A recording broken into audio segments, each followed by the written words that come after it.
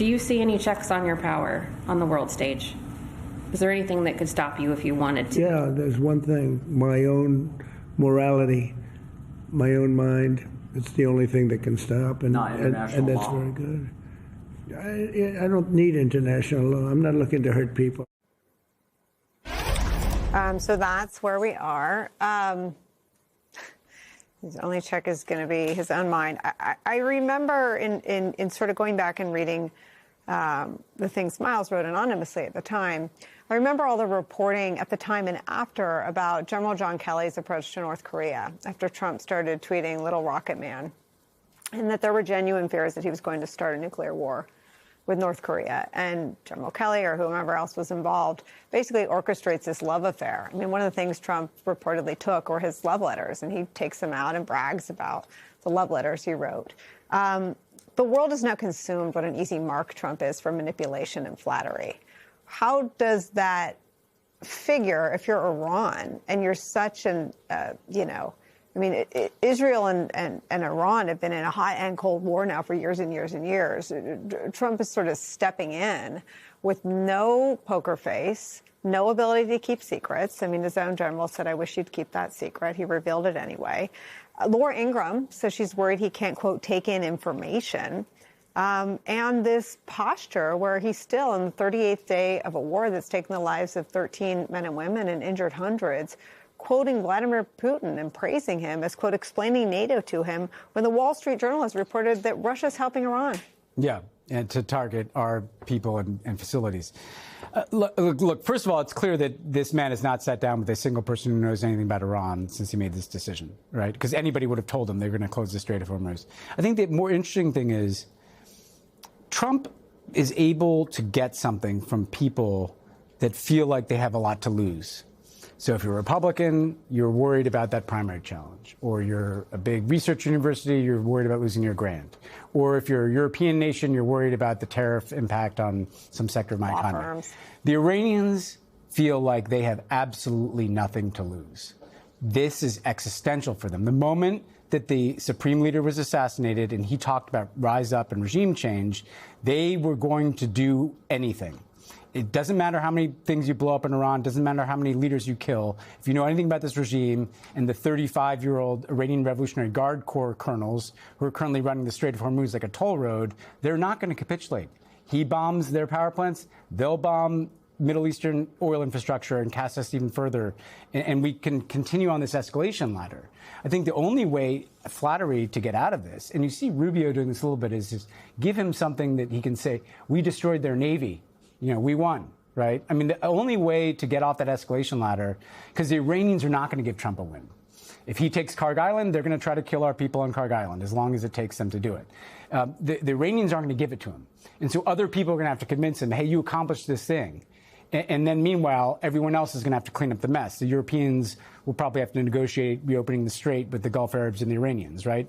But just get Trump out of the war.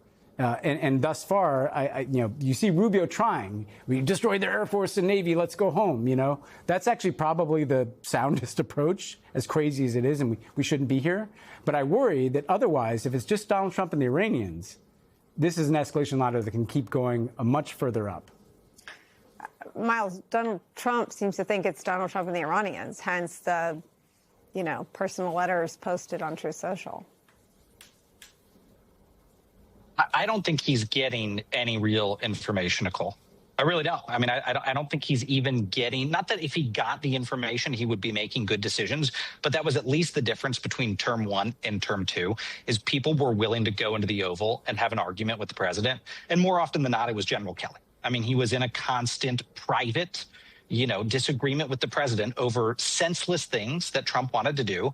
But those moments of disagreement kept him from acting crazy. Now, as we've seen also from reporting from the New York Times, Trump's aides have said they are afraid to tell him the truth on the ground. They are afraid to tell him how bad it could get. And so he's operating in his own reality. But there's a second layer that makes it worse, Nicole. It's not just that they're afraid to tell him. So many of them are so actually brainwashed to see the guy the way he sees himself now, as some kind of messiah. I mean, we already forgot that we saw a leaked video from the White House last week that they accidentally posted where Trump compares himself to Jesus, where his spiritual advisor is there comparing him to Jesus. I mean, I go back to what Senator McCaskill said before the break. This is really shocking stuff. They see him as some sort of deity.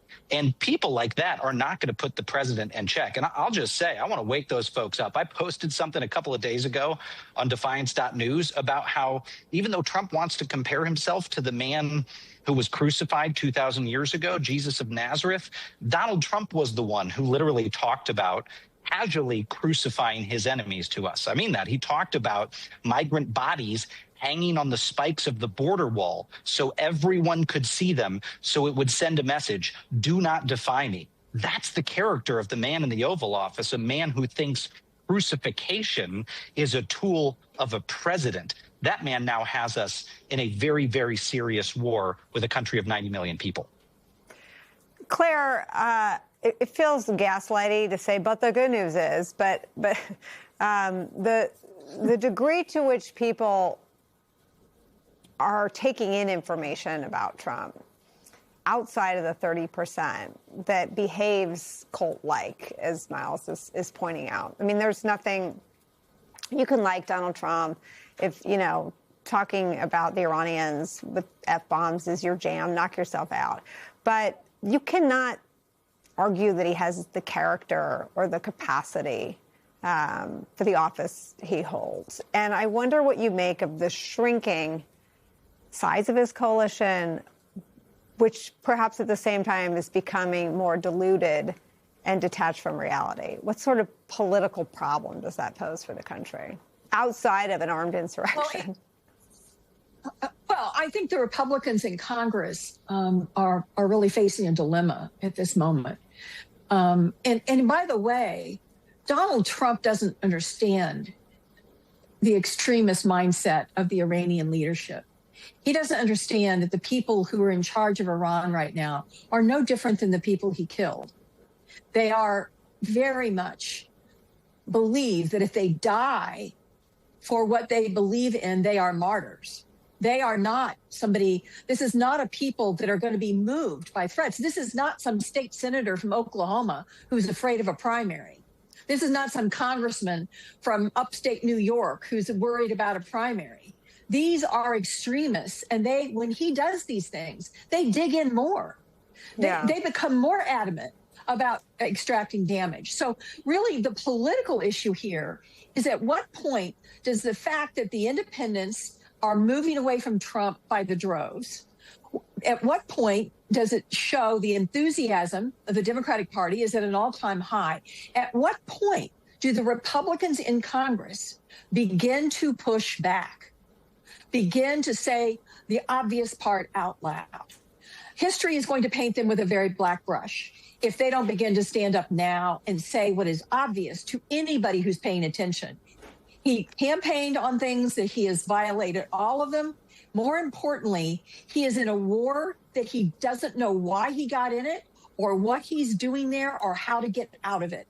And if they don't start speaking up pretty soon, the midterms are going to be the least of their problems. They will have a very difficult time. J.D. Vance and Marco Rubio need to quit measuring the drapes because they would have a very difficult time getting elected president if somebody doesn't start pushing back pretty quickly.